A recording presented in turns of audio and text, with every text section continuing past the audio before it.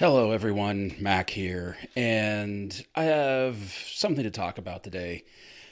We are going to be talking about COPPA, the Children's Online Privacy Protection Act of 1998, a law that was put in place a little over 20 years ago. Now, I'm not going to bore you with all the details. I'm sure if you've been on this platform for any amount of time, you've seen dozens upon dozens of various videos on COPPA, how it's going to affect YouTube, how it's going to be quote unquote the end of YouTube.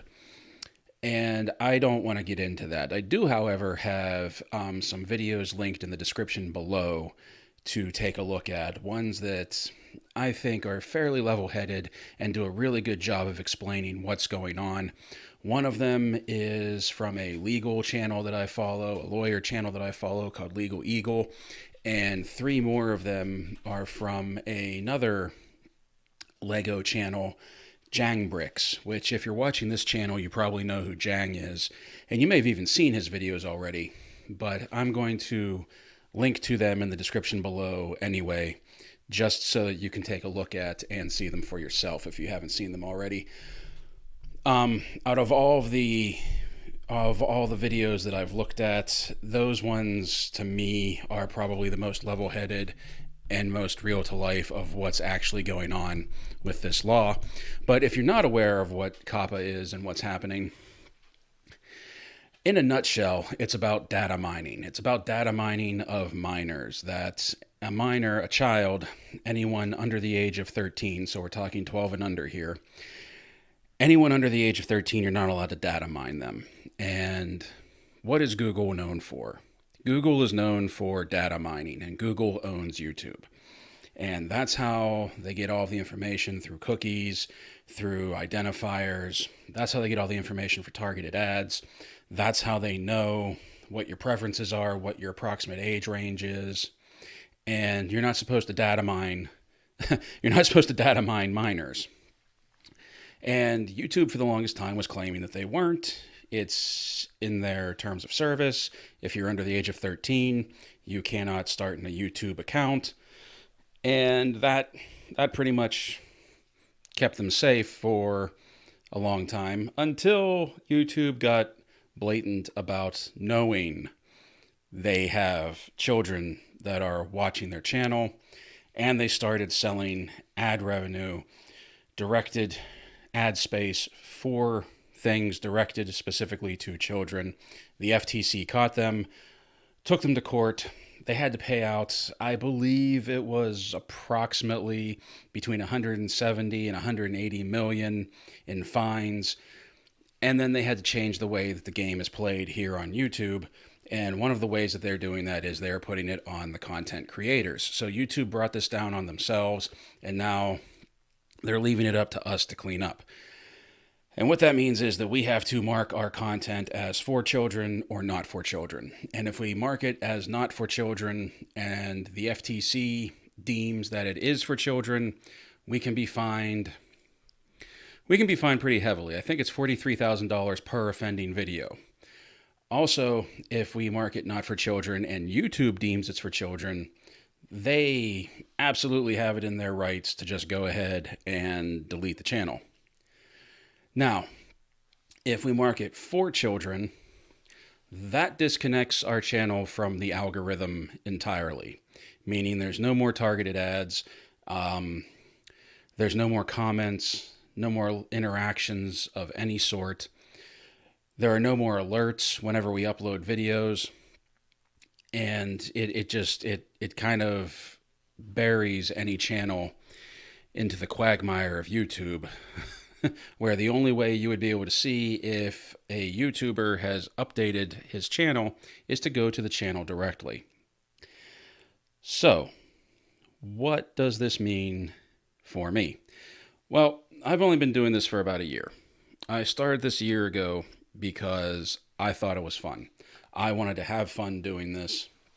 And for the most part, I have had a lot of fun doing this.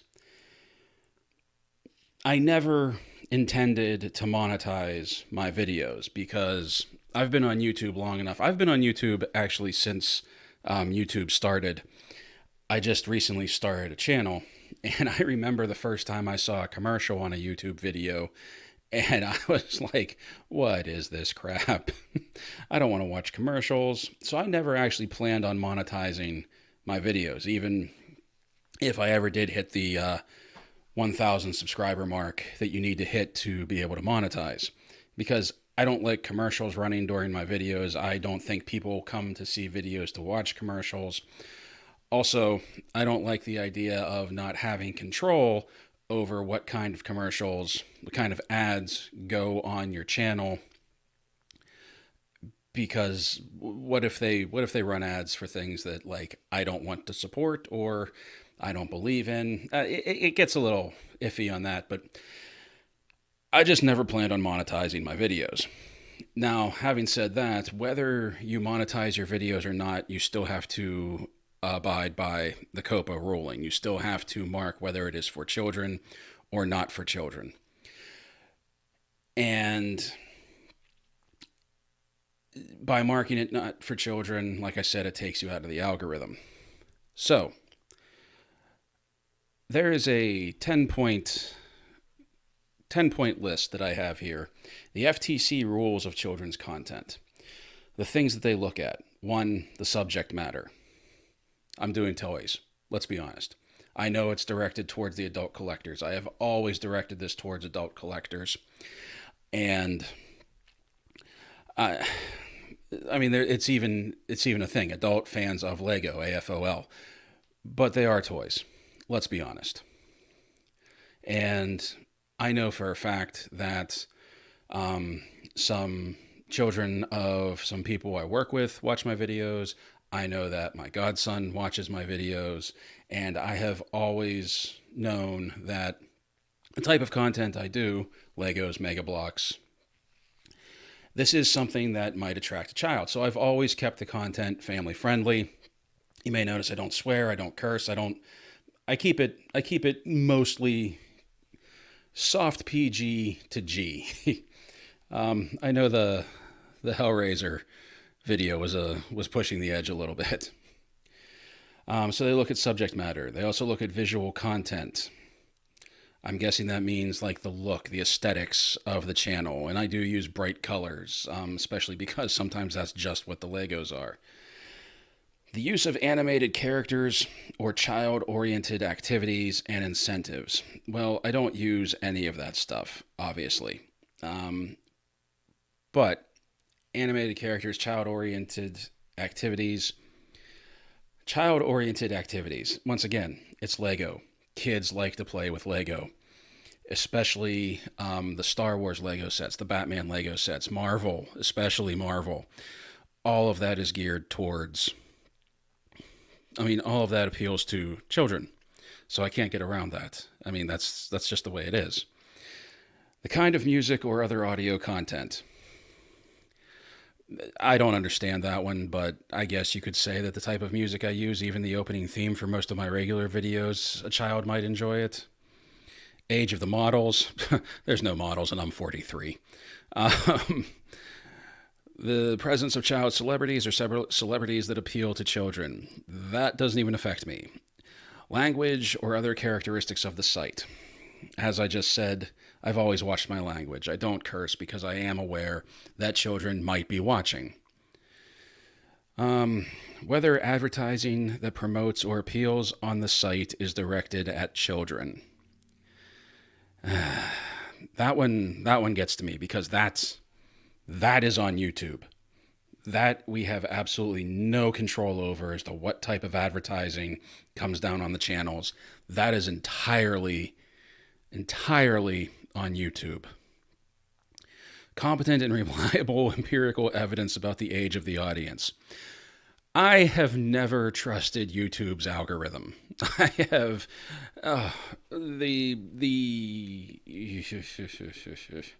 I know that according to the metrics on my channel, the majority of my audience is over the age of 13.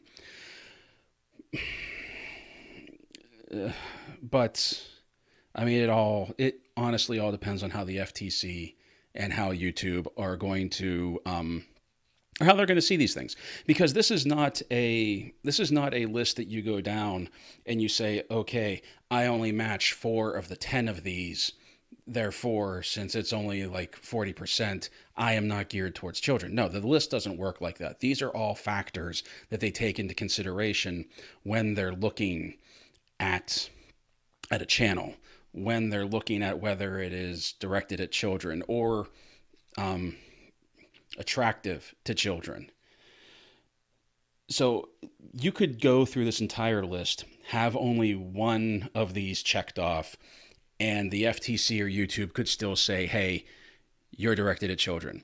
Or you could go through this entire list, have all of these checked off, and for some reason the FTC and YouTube still say, no, that you're obviously not directed at children.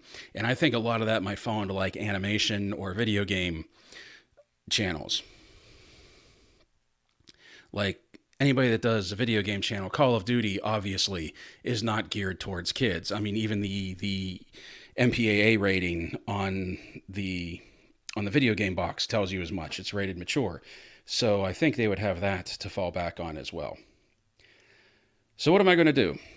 Well, based off of what similar channels like myself, bigger channels than myself have done, and how I feel they're going to be looking at things, especially this 10-point list that I just put up, I have marked my channel made for kids.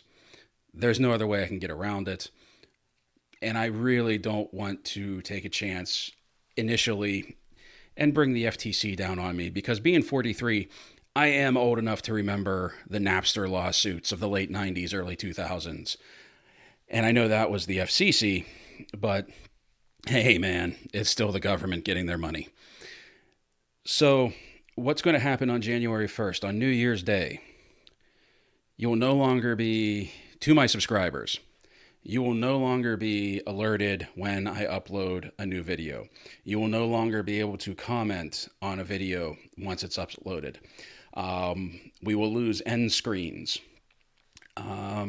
So there will no longer be recommended videos at the end of the videos that I have up or that I will put up. Also, we will be taken, anybody who marks their channel for kids will be taken out of the recommended video sidebar on your page when you're looking at YouTube. So basically, all interaction with the subscribers, with the audience, is shut off. So there's a few things that I'm going to be doing starting January 1st. Actually, one of the things I'm going to be doing is starting with this video now, that I'm going to start using Twitter a lot more. I have a Twitter account. I have like maybe 7 people following me on that, but I've never really pushed Twitter because I used it mostly just to keep up with some of the other channels that I follow, to keep up with Lego, keep up with Mega Blocks. You get a lot of information through Twitter that way. And I never really used it as a two-way communication tool. However, I'm going to start doing that. That if you are a subscriber to this channel, and if you are a subscriber, by the way, thank you very much for the support over the past year. I really do appreciate it. I think I'm up to about a little over 400, maybe 408, 409 subscribers right now. So thank you for that. I really do appreciate that. If you want to be alerted, because like I said, YouTube is going to take the alerts away. If you want to be alerted to anytime I put up a video, follow me on Twitter. Because starting with this video, I am going to start tweeting out every time I upload a video, so that one way or another, people who want to know and can find out. And then also we can still, if you want to, we can still engage in some commenting, some dialogue, some exchange on Twitter that way as well. So I apologize for that it's going to take a little bit more to keep up with what's going on, but that's the best thing I can do for YouTube. Now, also, on some of my videos, you may have noticed me mention BitTuber a few times. And I am currently in the process of shifting all of my videos from YouTube over to BitTuber. BitTuber is another video media platform that has started within the past year, that after taking a look at some alternative platforms, that was the one that I wanted to go with the most. And First thing, let's just get out of the way. Yes, BitTuber is one of the video hosting sites that is dealing with cryptocurrency. And I am not advocating cryptocurrency. I'm not saying like it's the way of the future. I'm not saying you need to invest in the cryptocurrency. No, that's not why I transferred over to BitTuber. I transferred over to BitTuber because out of all of the other options, they had things that I liked the most. Like, for example, a few other platforms that I looked at. One was Dailymotion. Inarguably, I believe it's the second largest video hosting platform on the internet right now, that can compete with YouTube. But with Dailymotion, I feel like that's a lateral shift because you still don't have the interaction. They still obviously very much cater to the big boys, the corporate entities over there. And there's no comments. There's no real interaction with that. Vimeo. I am absolutely the wrong type of content for Vimeo. Vimeo is for basically movie makers. Twitch, that's live streaming. Facebook, Instagram, IGTV, they're all the same thing right now.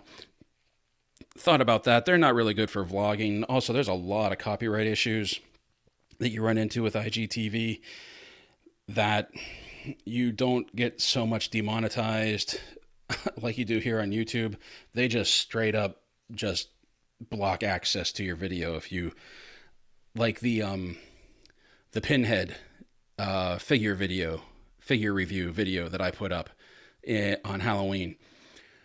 I used maybe 20 seconds of movie video from the Hellraiser movies, and so Sony made a copyright claim against it, and on IGTV and Facebook you can't watch that video, whereas on YouTube it just got a copyright claim leveled against it that if I ever monetize it, the monies will go to Sony.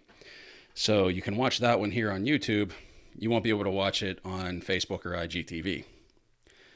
Starting a blog, I thought about that, but that isolates you. And then there was another one that was out there called DTube, which I checked into that. That one's been around for a couple of years, but that wasn't very user-friendly, and it wasn't very easily accessible to the general audience. Which is one of the reasons why I chose BitTuber. The main reason I picked up BitTuber, or I went to BitTuber, is its ease of accessibility to a creator and to a user, to a subscriber. That if you go to BitTuber, you don't necessarily have to start a new account. If you have a Facebook account, a Twitter account, or a Google account, and if you're watching this video, I pretty much guarantee you have at least one of those accounts. You can log in with one of those and you'll have a BitTuber account. The only thing it'll ask you is if you want to interact with the videos, like give it an upvote, leave a comment, you'll just have to have a verification email sent to you, verify it, and then you're good to go. Basically, they just want to make sure that nobody's a bot. They want to make sure you're all flesh and blood human beings, which, hey, I'm good with that. Also, there's not a lot of noise on BitTuber. Like, I think that's one of the things, one of the hardest parts for a small channel like myself to get started here on YouTube, is that there is a lot of noise on YouTube. There are so many content creators, so many big boys especially, that it's hard for a smaller channel to get started anymore. And I'm not complaining about that. It's just the nature of the beast. I was late to the party. I totally get that. That the ones who have thousands, maybe millions of subscribers are the ones that started early and basically made YouTube what it is, for better or for worse. So I don't begrudge them that. I understood that that was the nature of the beast when I started this. But on BitTuber, for example, my videos have gotten so much more circulation in the month that I've been there. And in just 1 month, with no promotion of myself, I've already got, I think I'm up to 64 subscribers right now. And I haven't interacted on BitTuber much at all other than uploading videos. and I've been uploading I've been transferring the majority of my episodes from here over to there. People have been finding it. People have been upvoting on it. Some people have been commenting on it already. And I've just been getting a pretty decent subscriber base over there already. It's decentralized, which means it's kind of spread out over servers. It's not in any one state, any one nation, any one country. So it's all decentralized. It's just out there in the void. It's Skynet.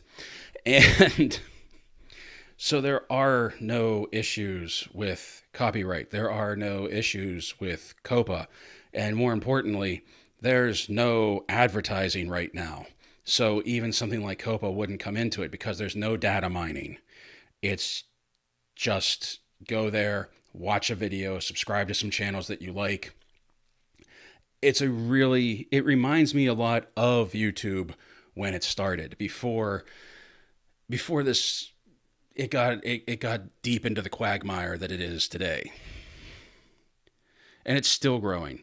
It is still growing. The CEO of BitTuber is very open to the content creators, to the users.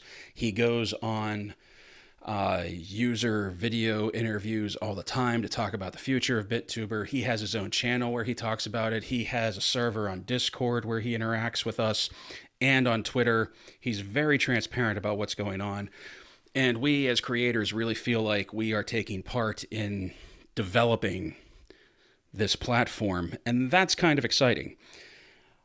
I still do this mainly just for fun, just to share my hobby, my love, my passion of things like Legos and Mega Constructs and the collecting aspect of things. But it's also very fun to feel like that you're part of this growing institution. So basically, what I'm saying is I will still be here on YouTube. My presence on YouTube, though, because of being disconnected from the algorithm, is going to drop off greatly.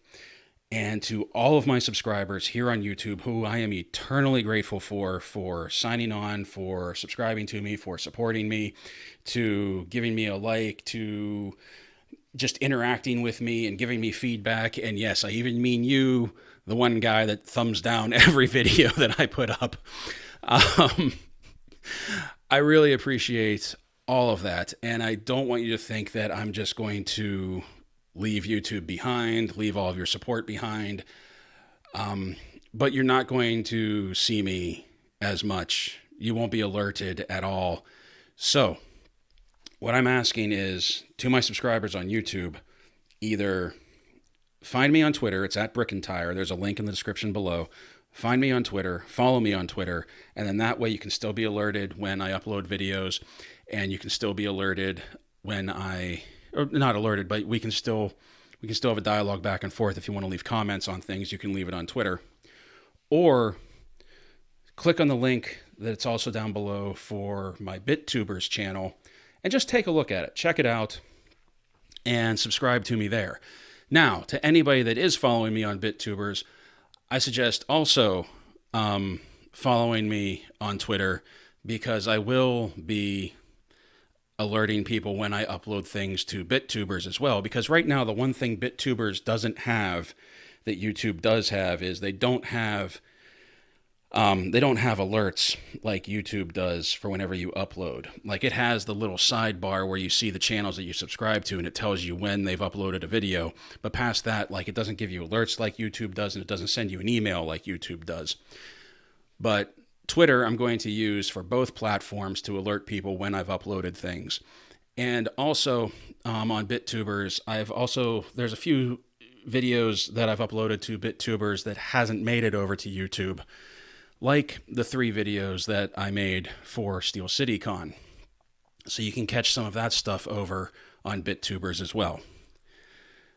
So that's that's what we're looking at. I don't really know what's going to happen with YouTube and COPPA. I don't think anybody knows 100% what's going to happen to YouTube and COPPA. And I really believe that includes YouTube. But I'm going to try and make the best of this that I can. So please follow me on Twitter so that you can always be alerted whenever I upload a video. Or follow me on BitTubers, where there's going to be alerts and comments and interaction. And it also just has a lot more easily accessible tools for a creator. Like, you already have things the community tab on YouTube has, like the ability to post text posts in your channel, the ability to upload photos in your channel, things that you kind of have to earn on YouTube based on your subscribers, BitTubers just automatically gives to you, including live streams, which if I ever do start live streaming, and truthfully, I don't know what exactly I would live stream for, but if I ever do start live streaming, more than likely I'm going to start live streaming on BitTubers. Just because I don't know how live streaming on YouTube being marked for kids is going to work, if I'm even going to be able to live stream after the first on YouTube. So, thank you very much for listening to all of this. I do hope you choose to either follow me on Twitter or you check me out on BitTubers. I hope everybody has a very happy and safe New Year. I hope everybody had a happy holidays. Play well, everybody. And as always, thank you for watching.